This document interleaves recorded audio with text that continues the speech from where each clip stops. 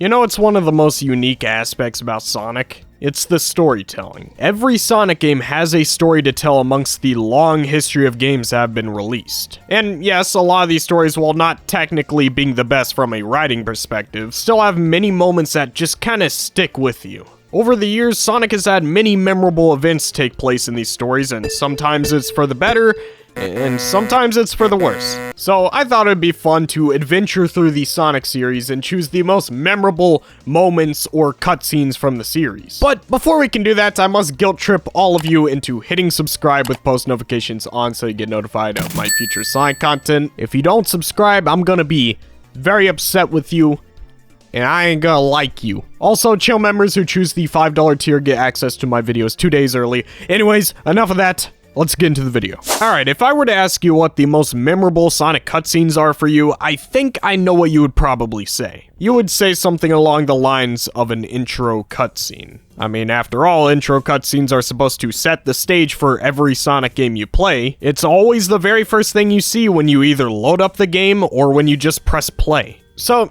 technically speaking, all of the intro cutscenes are the most memorable Sonic cutscenes, but that's boring, alright? I want to pinpoint what is the coolest intro cutscenes, the most Giga Chad of them all. I think the two intro cutscenes that everyone instantly jumps to is the Sonic CD opening and the Sonic Unleashed opening, and honestly, I can't really blame you for that. Both of these are great at setting the stage for their respective games while also being insanely entertaining as well. Sonic CD had this nice cutscene of Sonic running around a grassy landscape before he runs into Dr. Robotnik taking over Lil Planet. Sonic, being himself, obviously runs over there to put a stop to Dr. Robotnik, and that's all that really happens in the cutscene. It is very simple, but it's also glowing in personality. Everything from the anime-esque art style, the close attention to detail such as Sonic sneezing once he comes close to danger, which, by the way, that is an actual thing. Sonic has spidey senses. He always sneezes when he senses danger nearby. I just thought that was an interesting detail to drop here.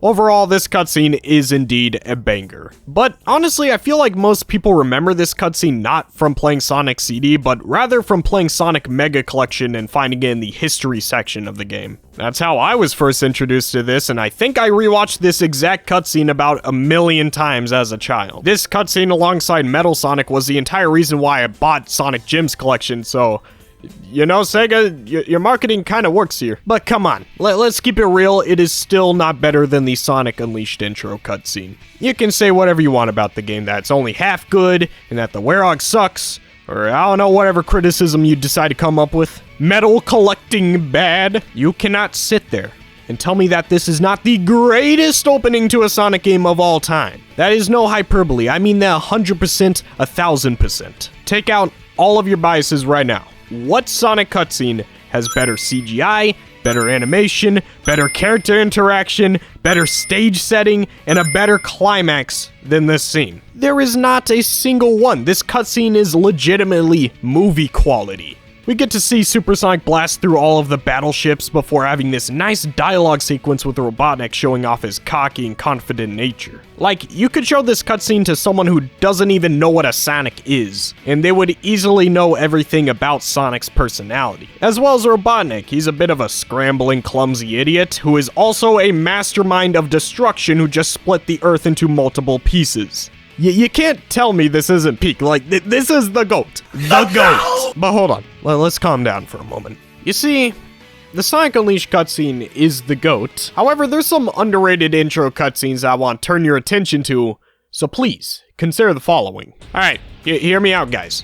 The Shadow the Hedgehog opening cutscene is a banger. Now, hold on. Let me cook. Shadow with a firearm is weird. Shadow fighting aliens is also weird. However, that doesn't make this intro any less hype.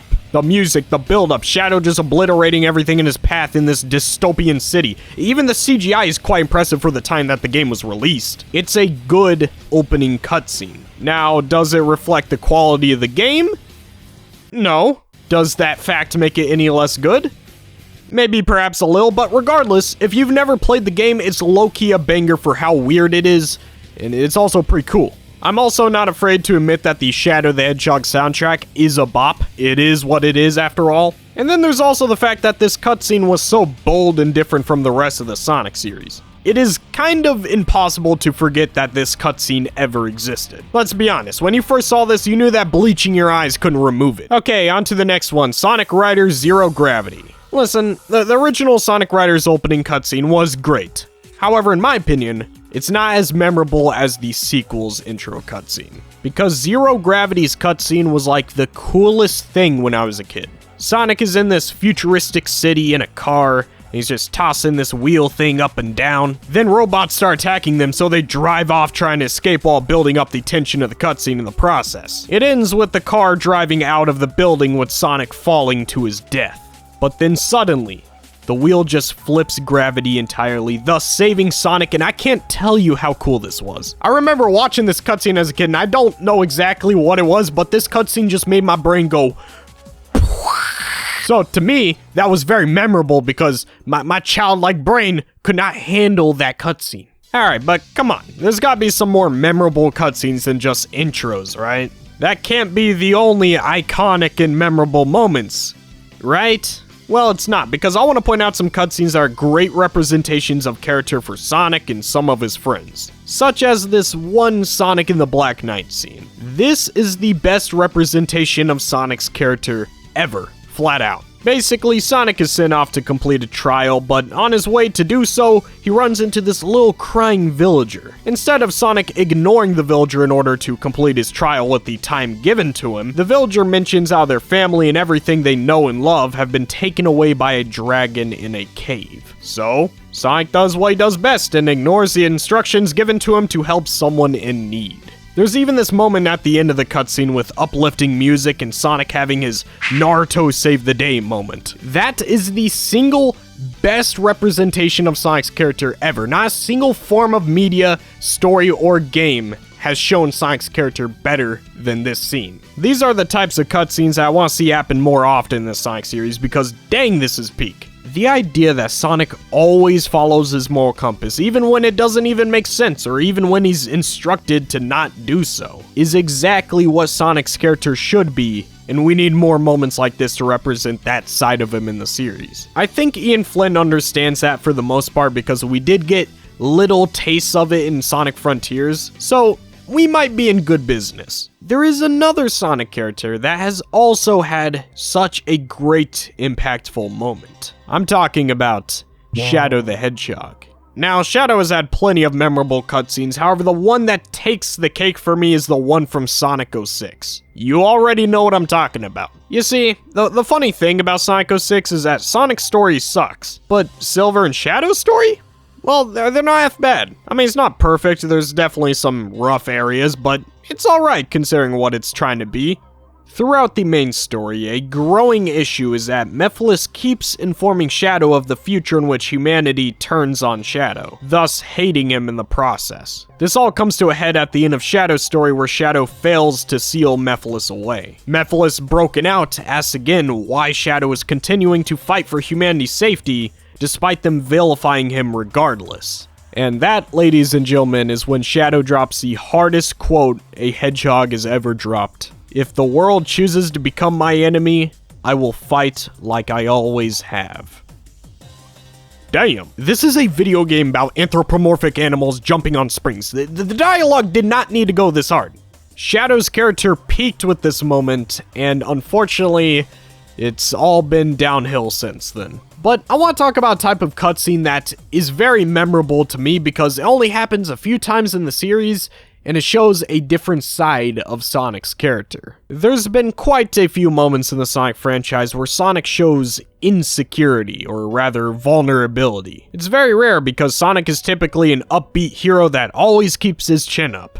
But on a few occasions, he broke. The first one is the ending of Sonic Adventure 2. You know I have to talk about this because I'm pretty sure Shadow's death is one of the most iconic things to come from the franchise. Anyways, after Shadow dies, you see Sonic kind of feeling sad while reminiscing about Shadow in the credits. Amy comes along and we watch Sonic instantly cover up his vulnerable side by pretending to be upbeat and happy again. This is so interesting, but also kind of sad at the same time. Sonic, as a character, has always been a leader for his friends. He inspires all of them to work harder and become better. We've seen this in the Sonic Adventure games and even some games as late as Sonic Frontiers. But unfortunately, much like many leaders, he has to keep up that perfect image so that he can inspire those around him, thus leading him to hiding or suppressing any vulnerable emotions that he has. It's something that, if I remember correctly, was only ever touched upon in the Sonic Adventure games. It's kinda unfortunate that this side of the character died with this duology, but what can you really say? Now, this doesn't mean that Sonic is never vulnerable again. He is.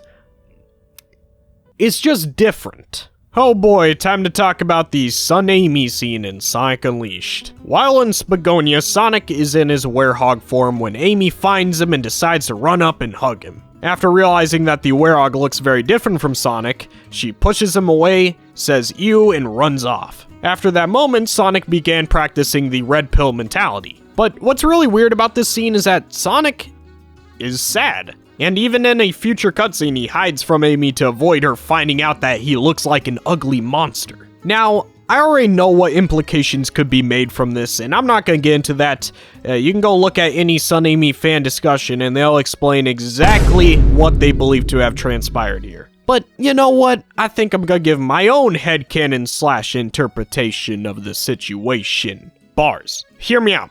Sonic is a top G, right? And he always hangs out with Amy so that she believes that one day she can finally be with him. But in reality, Sonic is just keeping her around so that he can use her as a self-esteem boost. Thus, in the end, leaving Sonic happy and full of high self-worth, while Amy's self-worth plummets into the ground and is now depressed. But hey, at least Sonic can pull, am I right? Bro's out on that grind, you know how it be. Okay, so the final instance of vulnerability was in Sonic Lost World.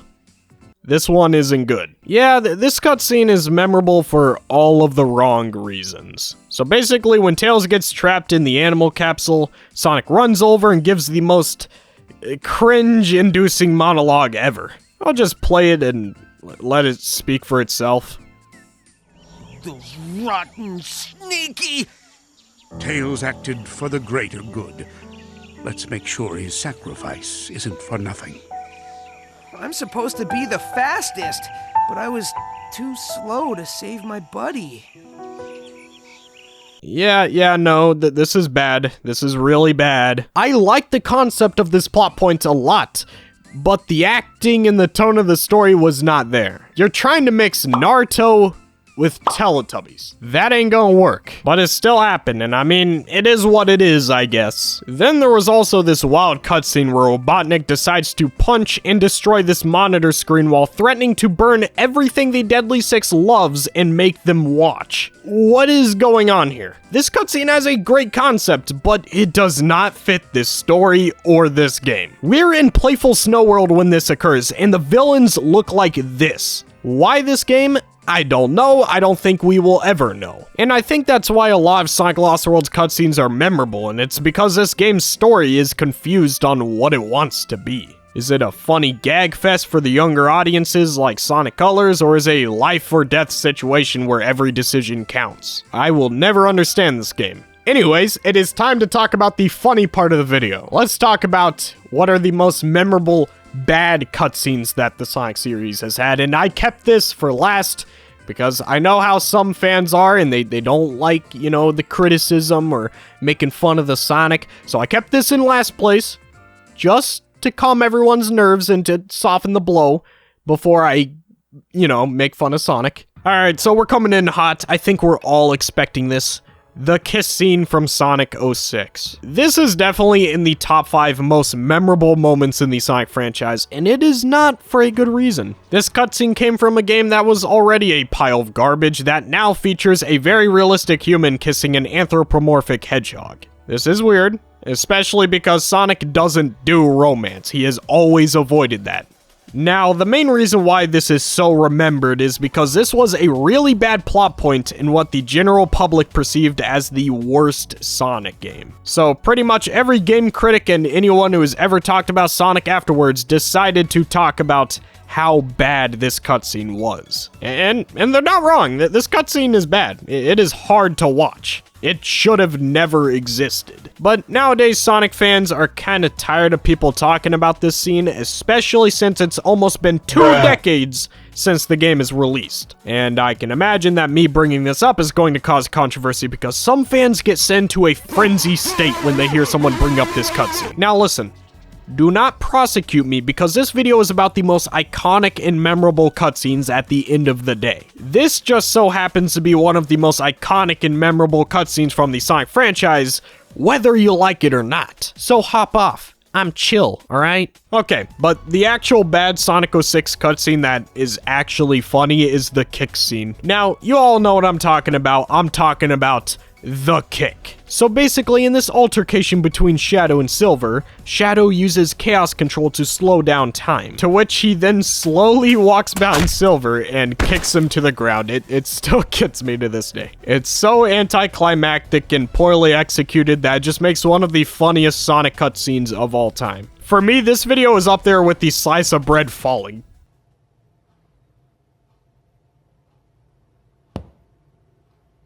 Anyways, there is just one more bad cutscene, and it's actually from the most recent release, being Sonic Frontiers. Oh boy. Okay, so surprisingly, the story in this game is pretty good, and to a further extent, the cutscenes are also very well made. It may not be Sonic Unleashed quality, but we are definitely advancing from Sonic Forces. But there is a cutscene in this game that sticks out like a sore thumb because it is awful. During Chaos Island, Sonic and Tails are having a close friend moment. Brotherly love, if you will. Sage from around the corner notices this as sad music starts playing. Then we start seeing flashbacks of the events that Sage and Robotnik went through like less than 15 minutes ago. And all of the flashbacks are in the exact same setting. I'm sorry, the music isn't even bad. I'm not even worried about it. I'm fine with that. It's just the fact that this game tries so hard to convince you that Robotnik and Sage has had many great moments throughout the course of this game's story. But it's showing moments that happened literally less than an hour ago of playtime. Nothing about this scene lands, and it's quite unfortunate. But honestly, it's pretty hilarious too, so I consider it a W. And with that said, I believe that's everything. And what we've learned here is that at the end of the day, Sonic games will always have stories that leave everlasting impressions on us. The best we can do is cherish those moments and appreciate them for what they are, or make fun of them. Anyways, that's all I have to say. Subscribe with the bell on, become a chill member, all of that. Anyways, I love you guys. Peace out. My chill members are Dough Cream, Sonicman715, Snicks, Sonic Pip, Kenny Yonkers, 3Monic, JNextV, ArcherXYZ, Snack Pigeon, Bananas, Junion Ring, Sonic Hub, Chip Chap Chop, The Squeaker Nerd, Super Shax Boom, Sonic Extreme, and Super Saiyan Sonic. Thank you all for supporting my channel. Make sure to click one of the end card screen videos here. Love you guys. Peace out.